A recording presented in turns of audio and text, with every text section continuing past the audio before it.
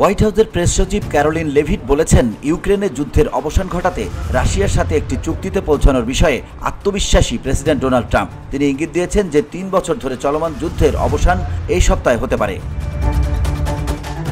Leavitt সাংবাদিকদের বলেন, president এবং তার দল এই যুদ্ধের উভয় পক্ষের সঙ্গে আলোচনা চালিয়ে যাওয়ার দিকে বেশ মনোযোগী। প্রেসিডেন্ট ডোনাল্ড ট্রাম্প ইঙ্গিত দেন যে ইউক্রেনের প্রেসিডেন্ট ভলোদিমির জেলেনস্কির আলোচনায় তেমন কোনো শক্তিশালী অবস্থান নেই এবং তাকে আন্তর্জাতিক শান্তি আলোচনাগুলো থেকে দূরে রাখা উচিত।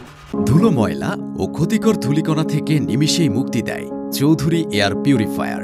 এর শক্তিশালী সাকশন ঘরের কোনায় কোনায় লুকিয়ে থাকা সকল ধুলা টেনে ফিল্টার করে এবং বের করে আনে নির্মল ও স্বাস্থ্যকর হাওয়া।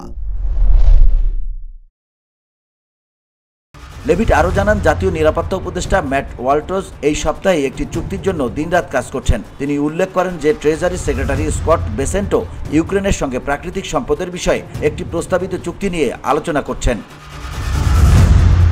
VOD Bangla news desk.